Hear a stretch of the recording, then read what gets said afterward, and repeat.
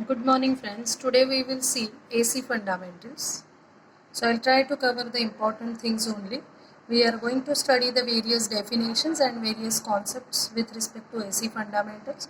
So we'll see graphical representation, various concepts like cycle, period, frequency and all. So first of all we'll see what is a DC and a AC. So as we have discussed in some of the lecture, AC is the alternating current, DC is the direct current. So mainly it is differentiated with the magnitude and the frequency. So in India we have a frequency of 50 Hertz, whereas in USA it is 60 Hertz for AC. And for DC there is no frequency because there is no concept of a cycle. Okay, then we can increase or decrease the voltage of an AC by use of a transformer, but it is like transformer like device is not available in the DC. We need to increase or decrease by some special arrangement. It is easy to obtain DC from the AC because directly we can go for a rectifier, but from AC to DC we need to go for an inverter.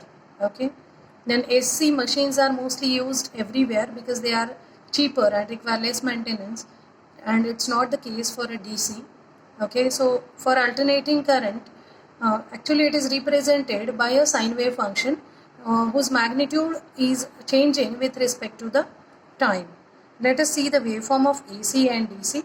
So here as you can see it is a direct voltage, so no change in the magnitude, it is fixed. Okay, and cycle is not there, like either it could be positive or it could be negative. So whenever we are saying DC voltage, then its magnitude is fixed and direction is also fixed. Whereas in case of a AC, magnitude is varying as a sine function, you can see here, and the direction is also changing. All these are positive cycles. Below the reference line all are negative cycles. One positive and one negative half will constitute one cycle. Okay, so this is one cycle, this is one positive half and say one negative half. So from here this point to this point will constitute one cycle. So magnitude is varying in case of AC. Case of DC, magnitude is not varying, whereas the direction is also not varying for DC and direction is varying for AC. Now let us see the direction of the current, what we have seen. So it is represented by means of a circuit. So in the first figure you can see 10 volt battery is connected, and in the second figure 10 volt AC supply is connected where the input is alternating. Alternating means what? For some time it will be positive, for remaining time it will be negative, equally for half cycle. So during positive half, say current is flowing in this direction from source to load and back. Then from negative half cycle, current will flow in the opposite direction. Okay, so this is how the direction of flow of current is changing in case of AC, whereas in DC there is a fixed battery plate, positive and negative, and current always flows from positive to negative. So there is no half cycle kind of concept, so always current will flow like this as shown in the figure. So I hope you have understood the difference between AC and DC. Now we are interested to study some of the concepts related to AC fundamentals. Okay, so as we have seen, alternating current has both changes in the magnitude and the direction.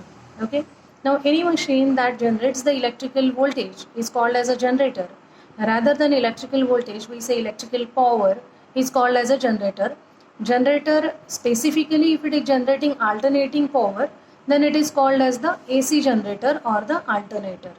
And if it is generating DC power, it is called as a DC generator. Okay, now sinusoidal voltage, because it follows the mathematically sine wave function, and hence we are calling it as a sinusoidal voltage. Okay, so it is generated with a the generation takes place. For that we need to have three things. First is a field coil, second is a current carrying conductor, and a relative motion between them. Okay, so either of the things should be rotating. Either your current carrying conductor should be rotating, or your magnetic field should be rotating. If any one of it is rotating, then and then only it is possible to have a relative motion between the two, and then only the generation could take place. Now we'll see some of the important definitions in this session. So instantaneous value. So as the name indicates, the magnitude of any alternating quantity at a given instant is called as the instantaneous value. Waveform. Waveform is the graph which represents any quantity with respect to say time. Suppose it could be a voltage waveform, it could be a current waveform, or any other waveform. So we are representing voltage value or the current value with respect to time. The next is a cycle. So it is a repetitive, a repetitive positive and negative instantaneous values, or say halves. So one positive, one negative half will constitute one cycle. Now time period is the time taken to complete one cycle. It's called as a time period. Then frequency is nothing but a number of cycles completed in a second.